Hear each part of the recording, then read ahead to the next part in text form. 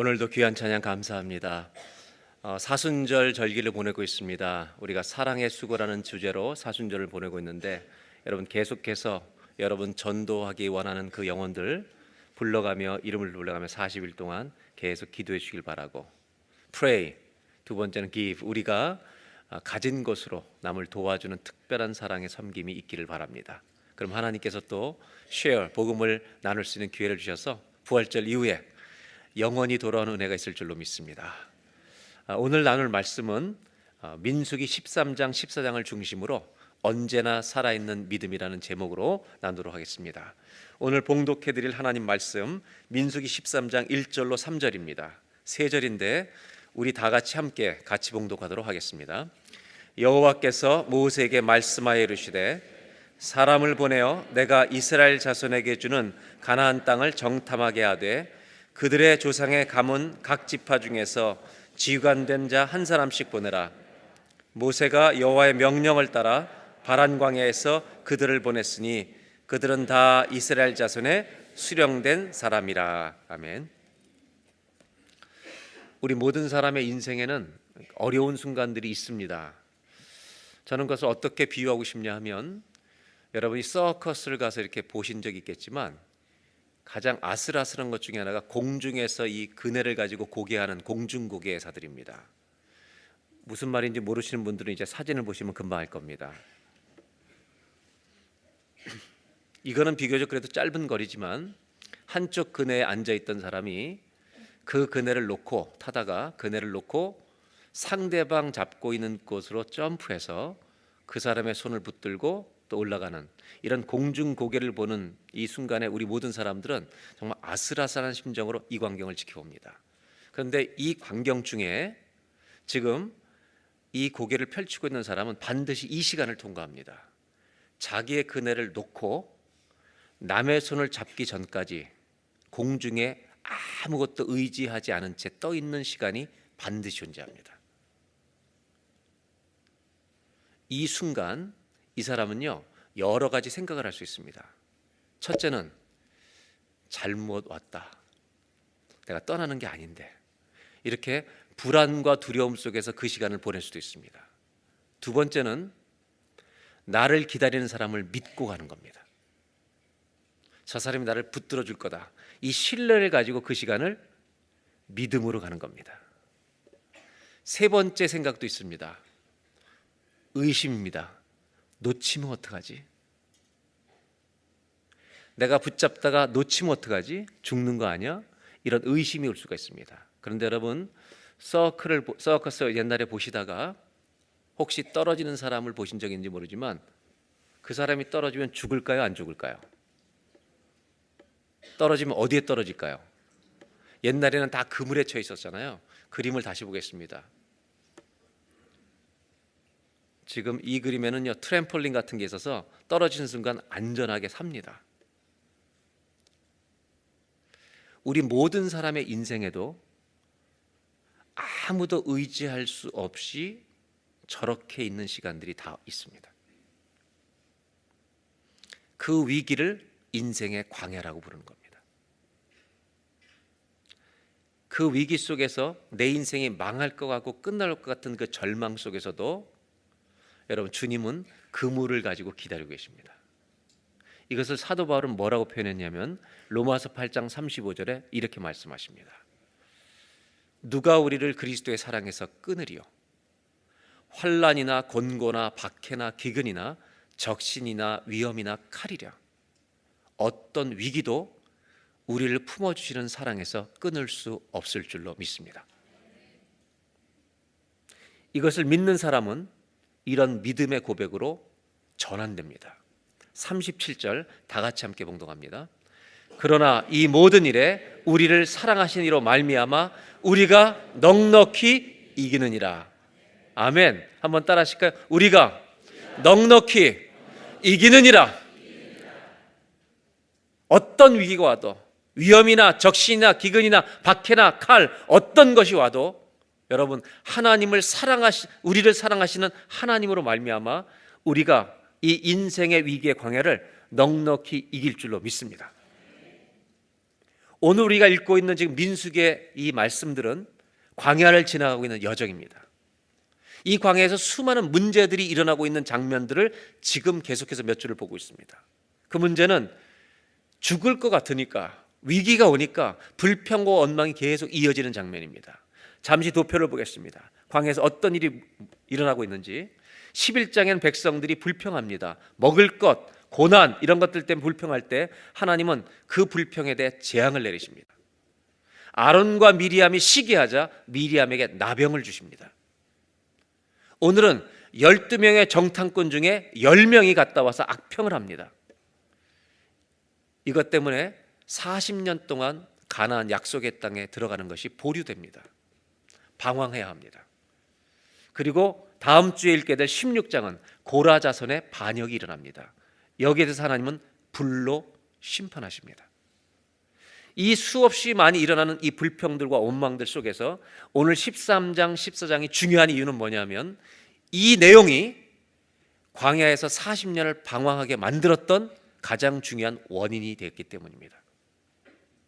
오늘 저는 그 악평과 불평에 대한 얘기를 하려고 하는 것이 아니라 이런 수많은 불평이 일어나는 현장 속에 오늘 13장, 14장에는 어둠 속에 별처럼 빛이 나고 있는 두 사람이 있다는 겁니다. 그 두 사람은 여호수아와 갈렙입니다. 이 이야기는 대부분의 사람들이 이미 알고 있는 성경이라 내용이라 제가 자세하게 성경을 읽지는 않고 설명을 드리겠습니다. 12명이 가나안 땅 정탐을 하고 돌아옵니다. 10명이 좋은 땅이지만 가면 죽습니다. 거인들이 있습니다. 이렇게 악평을 합니다. 그러나 여호수아와 갈렙은 가면 이깁니다. 넉넉히 이길 것이라고 말합니다. 10명과 2명이 갈등이 일어납니다. 근데 많은 백성들은 10명의 말에 의견에 따르고 흔들리고 통곡하고 수많은 다른 계획들을 세우기 시작합니다. 그래서 하나님은 이들에게 40일을 탐지했는데 정탐했는데 하루를 1년으로 계산해서 40년 동안 광야에서 방황하다가 가나안 땅에 들어가는데 그것도 모두 못 들어가고 이 방황하던 이 백성들 중에 애굽을 탈출한 사람 중에 20세 이상 민수기에 계수했던 20세 이상의 모든 1세대들은 다 광야에서 죽습니다. 오직 그 중에선 여호수아와 갈렙만 들어가는 이런 일이 일어나게 한다는 것입니다. 오늘 저는 여러분들과 이 여호수아와 갈렙, 모든 사람들이 다 자기의 믿음을 발휘할 수 없는 죽은 상황 같은 위기 속에서 믿음이 죽어가고 있을 때 살아있는 믿음으로 계속해서 반응하고 있는 이 여호수아와 갈렙의 믿음의 이유는 어디에서 왔는가?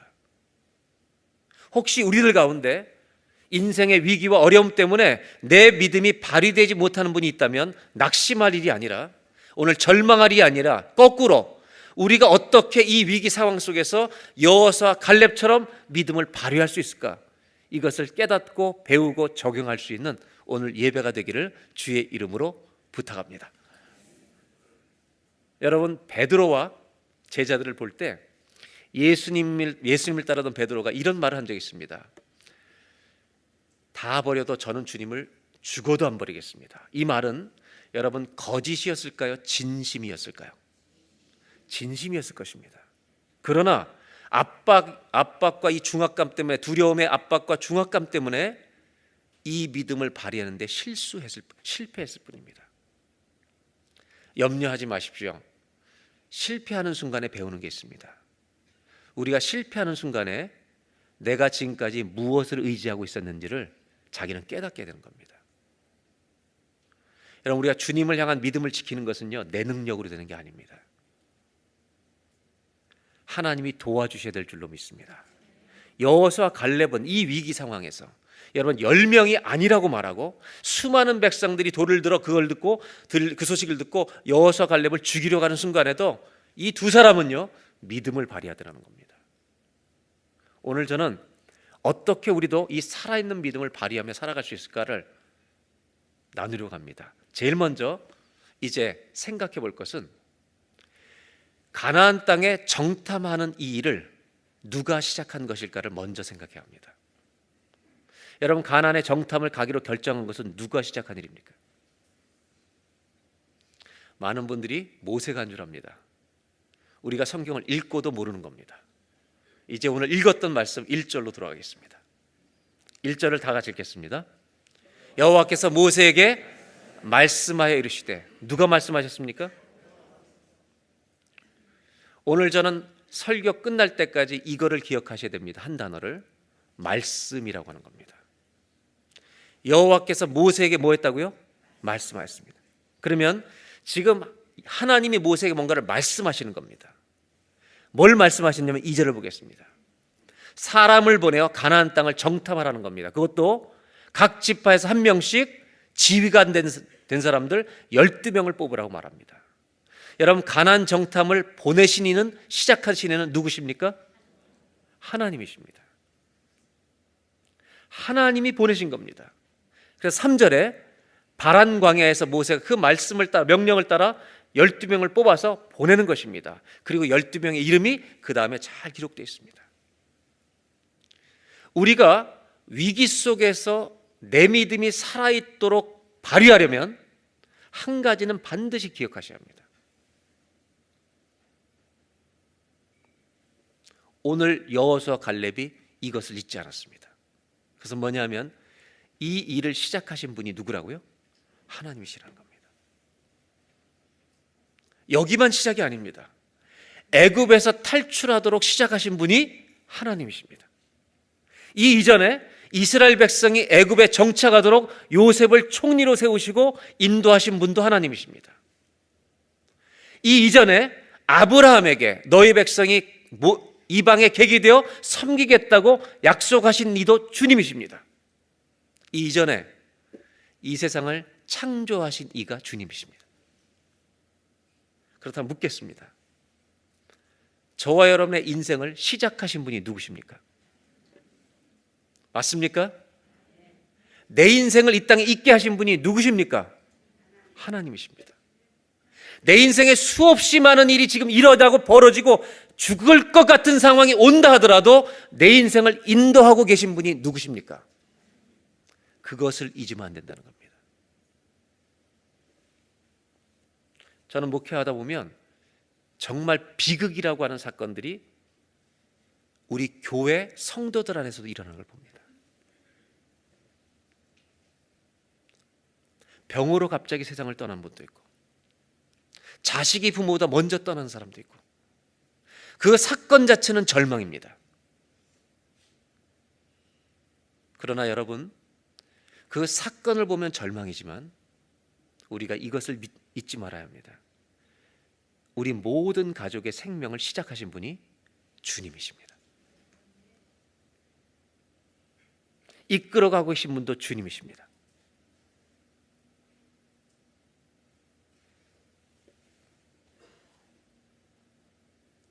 모든 것이 그리스도 주께로부터 왔고 주로 말미암아 진행되고 있고 주께로 돌아갈 것입니다. 여러분, 믿음을 살아있게 하려면 이 한 가지를 잊지 마셔야 합니다. 한 번만 따라해 보실까요? 하나님이 내 삶을 시작하셨고 인도하시고 마치게 하십니다. 우리 하나님은 시작만 하신 분이 아닙니다. 푸른 초장 쉴만한 물가로만 인도하실 때가 아니라 사망의 골짜기로 다닐 때에도 인도하고 계십니다. 그리고 인도만 하시는 게 아니라 우리 모든 사람을 하나님의 정한 시기에 마치게 하실 것입니다. 이것을 가질 때 우리는 비극 가운데 좌절하지 않습니다. 세례 요한이 주의 일을 하다가 목이 베임을 당했다고 우리는 좌절하지 않습니다. 하나님의 약속과 섭리 가운데 있음을 믿습니다. 스데반이 복음을 전하다 돌에 맞아 죽어도 우리는 그 자체 비극 속에 빠져서 절망하지 않을 것입니다. 하나님은 지금도 일하고 계십니다. 왜냐하면 하나님은 우리 모든 사람의 인생을 시작하셨고 인도하고 계시고 마치게 하실 것입니다. 우리 모든 사람은 미완성으로 끝나지만 주님이 완성하십니다. 여호수아 갈렙은 이것을 신뢰한 겁니다. 정탐을 시작하게 하신 분이 주님이십니다. 가나안 땅에 가라고 하신 분이 주님이십니다. 들어가게 하실 분도 주님이십니다. 한 번만 더 따라하시죠. 내 인생을 시작하시고 인도하시고 마치게 하실 분은 하나님이십니다. 아멘. 어떤 좌절 속에 있더라도 여러분 주님이 인도하심을 믿고 믿음을 발휘하는 저와 여러분 되시길 바랍니다. 두 번째는 12명의 정탐꾼을 선택하는 장면입니다. 13장 6절을 보겠습니다. 그 12명 중에 두 사람을 잊지 말아야 합니다. 유다 지파, 예수님이 오시는 지파에서는 갈렙이 선택됩니다. 그 다음에 요셉의 손자였던 에브라임 지파에서는 8절 호세아가 뽑힙니다. 이 호세아가 바로 16절에 모세가 여호수아라고 부르는 사람입니다. 16절을 볼까요? 이를 여호수아라고 부릅니다. 그리고 나서 25절에 40일 동안 정탐하고 돌아옵니다. 정탐하고 돌아온 다음에 이제 12명의 정탐꾼 가운데 10명이 제1차 보고를 합니다. 많은 대다수가 이렇게 보고합니다. 27절 아주 좋은 소식이 있는데 정말로 그 땅은 젖과 꿀이 흐르는 땅입니다. 두 사람이 포도를 메고 올 만큼 이 과일이 풍성한 정말 좋은 땅입니다. 아주 굿뉴스를 가져옵니다. 이것이 팩트, 사실입니다. 그런데 28절 그러나 한 가지 문제가 있습니다. 그 땅 거주민은 강하고 성읍은 견고하고 힘이 클 뿐 아니라 거기서 안악자손을 보았으며 지금 땅은 너무 좋다는 겁니다. 비옥한 땅이라는 겁니다. 그런데 갈 수 있다는 걸 말합니까? 가면 안 된다는 걸 말하는 겁니까? 가면 안 된다는 겁니다. 왜? 가면 우리는 죽습니다. 굿뉴스와 배드뉴스를 다 가져옵니다. 이때 여러분 30절을 보시면 갈렙이 다른 보고를 합니다. 갈렙이 모세 앞에서 백성을 조용하고 이르되 우리가 곧 올라가서 그 땅을 취하자 능히 이기리라. 넉넉히 이기리라. 그 말 그대로입니다. 능히 이기리라고 말합니다. 여러분 10명은 안 된다는데 갈렙과 조금 이따 여호수아 나오지만 이 두 사람은 이긴다고 말하는 겁니다. 이렇게 말하자 대다수의 정탐꾼 10명이 이 말을 막습니다. 31절 그와 함께 올라갔던 사람들이 이르되 능히 올라가서 우리가 그 백성을 치지 못하리라. 그들은 우리보다 강하니라. 여러분 이 사실은 틀린 건 아닙니다. 정확한 보고일 수 있습니다. 사실을 보고하고 있습니다. 32절 이스라엘 자손 앞에서 그 정탐한 땅을 악평하여 bad report를 하는 겁니다. 악평하여 이르되 우리가 두루다니며 정탐한 땅은 그 거주민을 삼키는 땅이요 거기서 본 모든 백성은 신장이 장대한 자들이 너무 크다. 33절을 다 같이 읽겠습니다. 거기서 네피림 후손인 아낙 자손의 거인들을 보았나니 우리는 스스로 보기에도 메뚜기 같으니 그들이 보기에도 그와 같았을 것이니라. 여러분 이분들의 믿음이 있습니다. 절대로 이길 수 없다는 믿음, 사실을 보고 판단하는 겁니다. 굉장히 합리적입니다. 그리고 심지어 겸손하기까지 합니다. 그들 앞에 우리는 메뚜기가 왔다. 우리가 스스로 보기에도 그렇고 그들이 볼 때도 우리를 메뚜기 정도밖에 여기지 않는다. 그러나 여호수아와 갈렙은요 끝까지 올라가야 됩니다. 우리가 이길 것이라고 말합니다. 저는 두 번째로 이 차이가 뭔가를 나누려고 하는 겁니다. 무슨 차이에서 이것이 온 것인가? 바로 이 문제입니다. 이 땅에 일어난 수많은 싸움, 전쟁이 있는데 전쟁의 종류가 다르다는 것을 아셔야 합니다. 지금 10명의 정탐꾼은 힘으로 싸우는 전쟁인 줄 압니다. 내 힘과 저 사람의 힘과 싸우는 전쟁인 줄 압니다.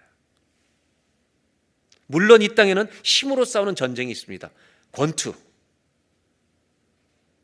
유도, UFC 이런 것들은 다 힘으로 싸웁니다. 그러나 힘으로 싸우는 전쟁에도요 정신력이라는 게 있습니다. 이 정신력도 변수가 되는 겁니다. 그러나 이런 싸움들은 힘으로 싸웁니다. 그러나 힘으로 싸우지 않는 전쟁이 있습니다. 예를 들어볼까요? 부부싸움을 힘으로 싸웁니까? 여러분들이 한번 대답해 보세요. 권투는 힘으로 싸운다면 부부싸움은 무슨 싸움이에요? 예? 기싸움. 아주 훌륭한 대답 고마워요. 사실 신혼부부들은요 사랑 싸움이죠.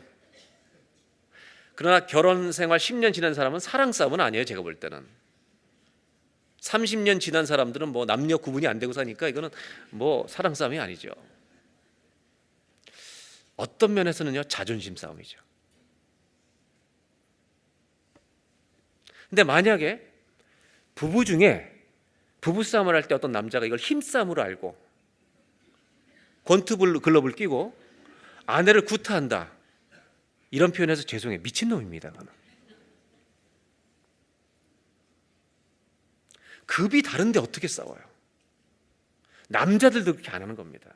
물론 여자분이 체중이 더 나가는 분이 있는 거 내가 아는데 그 얘기는 하는 게 아니고,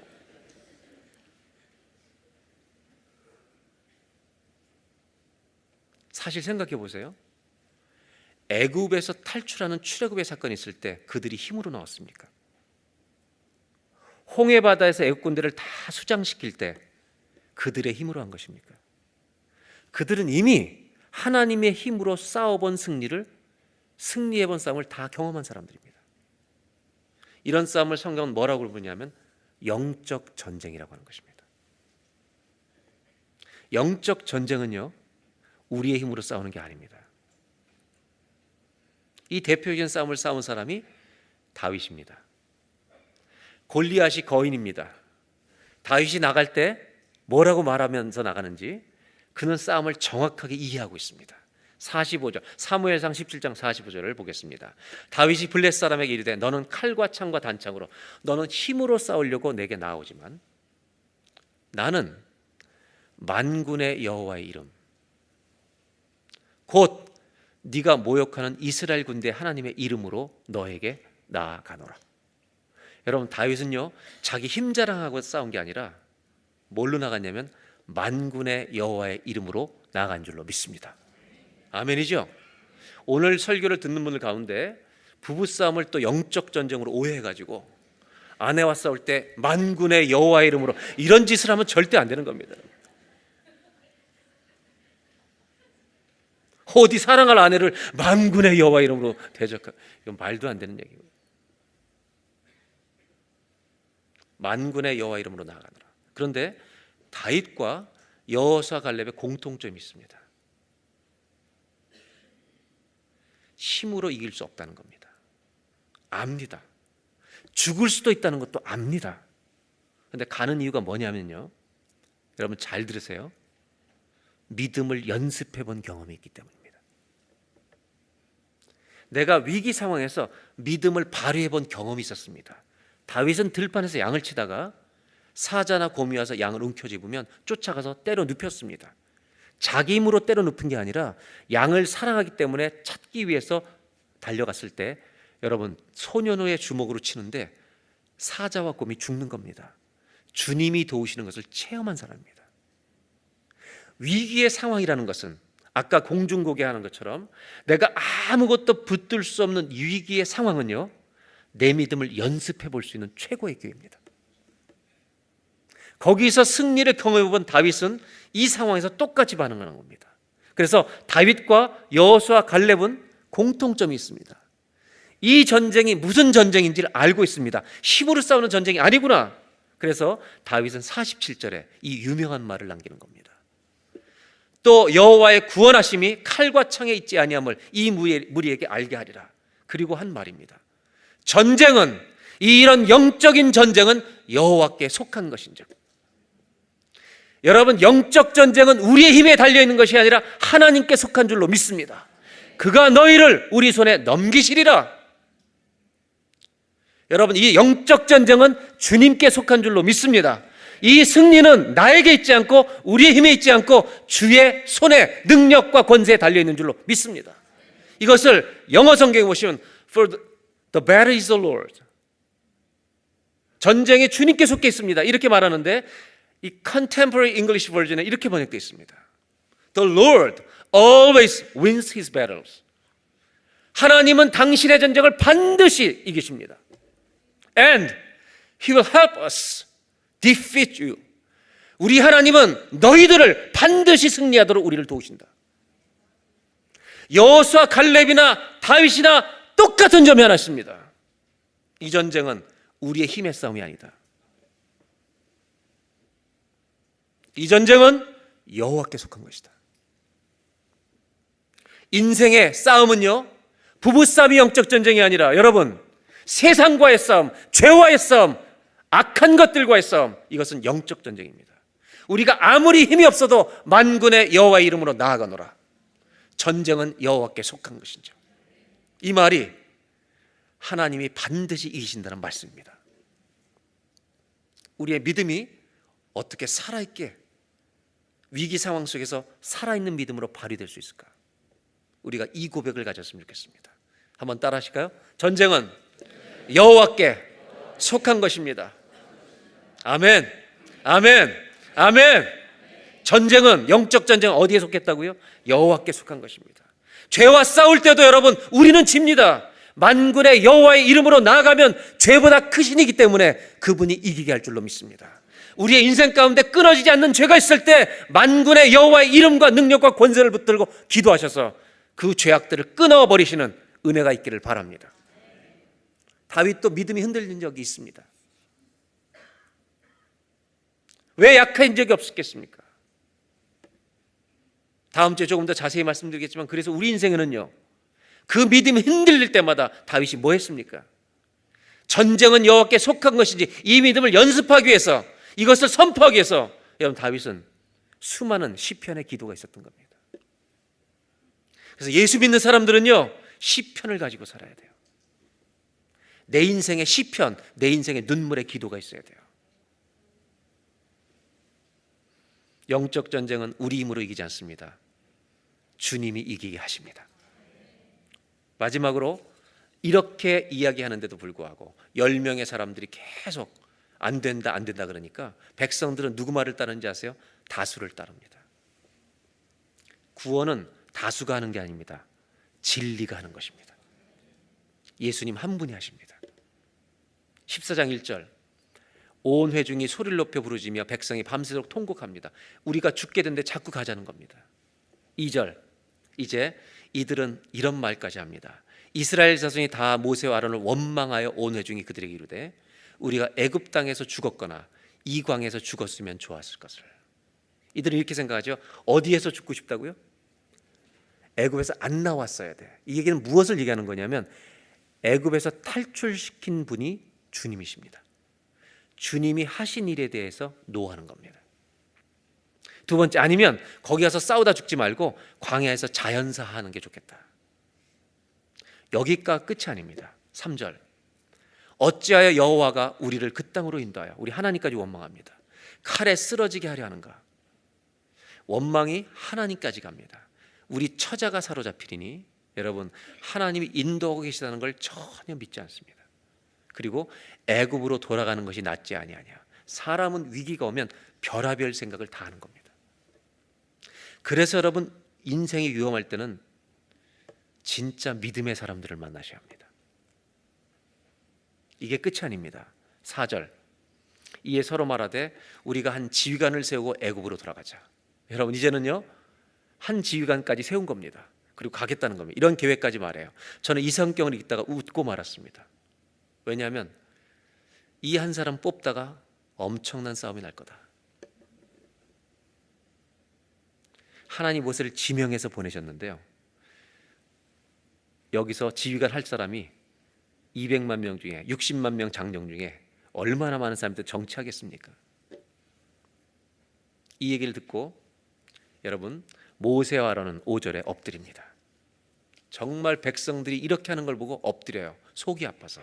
사실은요, 주님이 아프신 겁니다. 6절에 여호수아 가려면 어떻게 하는지 아십니까? 옷을 찢습니다. 왜? 믿음 없는 사람들 보면서 옷을 찢는 겁니다. 그리고 7절에 아름다운 땅이라고 말합니다. 그런데 못 간다고 말하던 사람과 다르게 여호수아 갈렙은 8절에 여호와께서 우리를 기뻐하시면 우리를 그 땅으로 인도하여 드리시고, 여러분, 하나님은 시작하신 분만이 아니라 인도하는 분이시고 완성하는 분이십니다. 그 땅을 우리에게 주시리라. 이는 과연 젖과 꿀이 흐르는 땅이니라. 그리고 9절에 이렇게 권면합니다. 붉은 글씨만 읽겠습니다. 여호와는 우리와 함께 하시니라. 그들을 두려워하지 말라. 주의 지팡이와 막대기로 나를 안위하시나이다. 그러자 이 얘기를 듣는 백성들이요, 화가 나서 견딜 수가 없어 여호수아 갈렙을 돌로 쳐 죽이려고 합니다. 10절을 볼까요? 온 회중이 돌로 치려 하는데 그때 여호와의 영광이 회막에서 이스라엘 모든 자손에게 나타납니다. 하나님의 영광이 덮어서 이스라엘 백성들이 여호수아 갈렙을 죽일 수도 없을 뿐만 아니라 이것이 하나님이 원하시는 것을 알게 됩니다. 그리고 하나님이 당신의 속마음을 이제 열어 보이시는 겁니다. 11절, 여호와께서 모세에게 이르시되 이 백성이 어느 때까지 나를 멸시하겠느냐? 내가 그들 중에 그 많은 이적을 행하였으나 어느 때까지 나를 믿지 않겠느냐? 여러분, 이것은 우리에게 하시는 말씀일 수 있습니다. 니네가 어느 때까지 이렇게 지금까지 인도했는데 무슨 일만 생기면 또 안 믿고 어느 때까지 나를 이렇게 믿지 않겠느냐?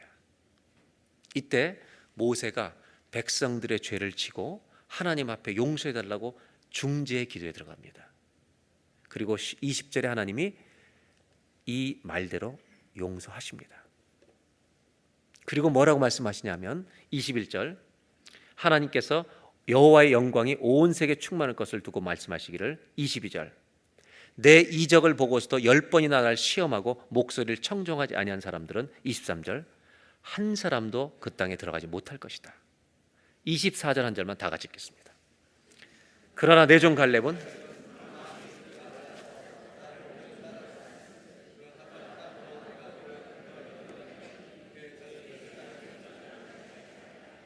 그러나 내 종 갈렙은 마음이 그들과 달라서 나를 온전히 따랐은즉. 오늘 마지막으로 나눌 것은 왜 여호수아 갈렙과 10명은 다른가, 이렇게. 뭐가 다른 것일까? 저는 민수기 13장 14장을 다 읽어가면서 결정적인 차이를 성경 속에서 볼 수가 있었습니다.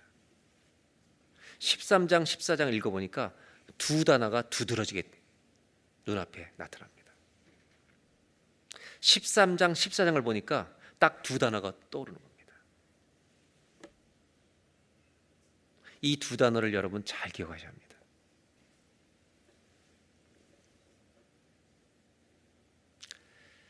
(13장) (14장을) 쭉 읽어보니까 말이 있고 말씀이 있습니다. 수많은 사람들의 말이 있고 하나님의 말씀이 있습니다. 민수기 14장 26절에 여호와께서 모세와 아론에게 말씀하십니다. 우리가 오늘 읽었던 민수기 13장 1절로 가보겠습니다. 처음 읽었던 말씀 1절에 뭐라고 되어 있냐면 여호와께서 모세에게 말씀하십니다. 여러분, 오늘 마지막으로 부탁하는 것은 우리가 인생을 살아가는 중에 사람들의 무성한 말이 있고 주님의 말씀이 있습니다. 그러나 여호와의 말씀이 임하면 모든 말은 고개를 숙입니다. 말씀이 이깁니다.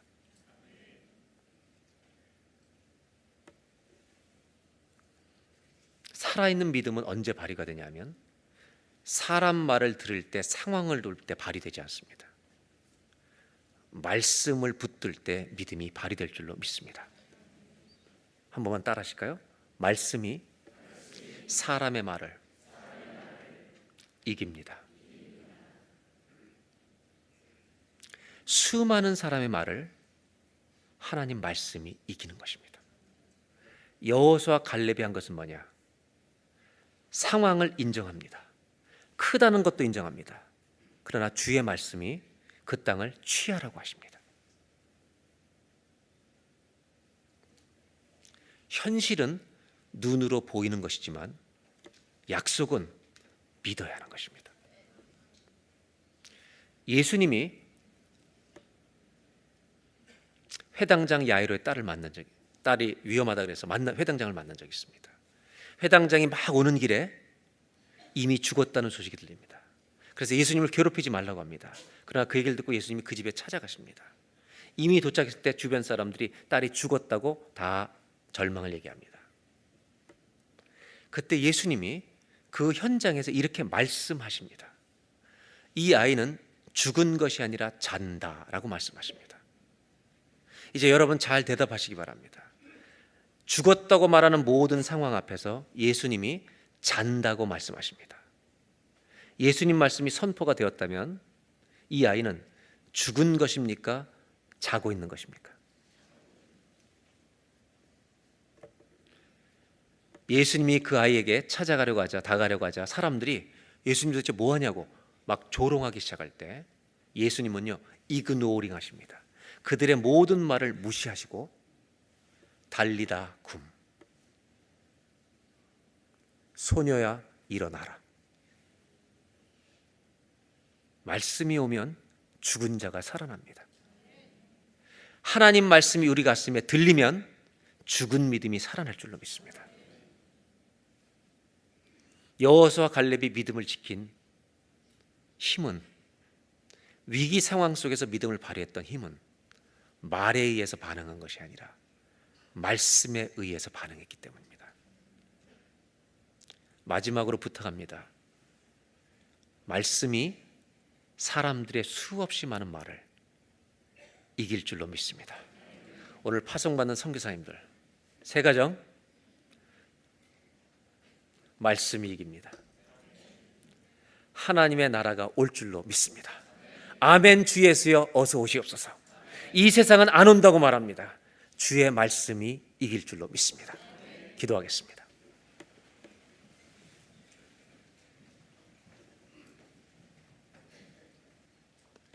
이 시간 다 같이 기도할 때, 하나님, 내 인생은 하나님이 시작하셨습니다. 어떤 위기가 내 인생에 와 있어도 주님이 인도하고 계십니다.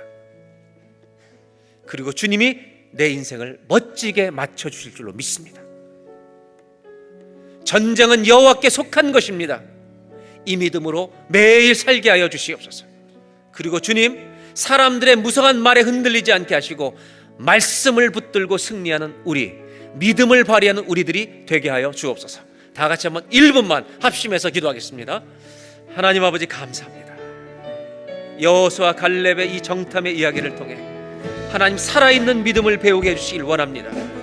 하나님이 우리의 인생을 시작하셨고 하나님이 우리 인생을 인도하고 계시고 하나님이 우리 인생을 마치게 하실 줄로 믿습니다. 그 믿음 안에 있게 해주시길 원합니다. 어떤 영적 위기 상황이 와도 전쟁은 여호와께 속한 것입니다. 이 믿음을 가지고 하나님 나아가게 하옵소서. 하나님 말씀이 말을 이깁니다.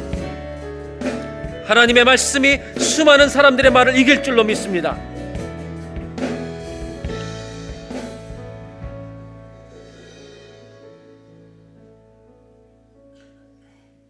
하나님, 오늘은 저희 교회가 세 가정의 선교사님을 파송하는 날입니다.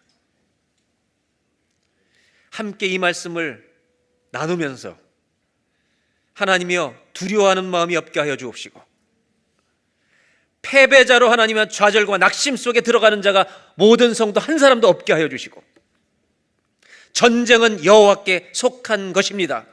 선포하며 나아가는 일어나는 예배가 되게 하여 주시옵소서.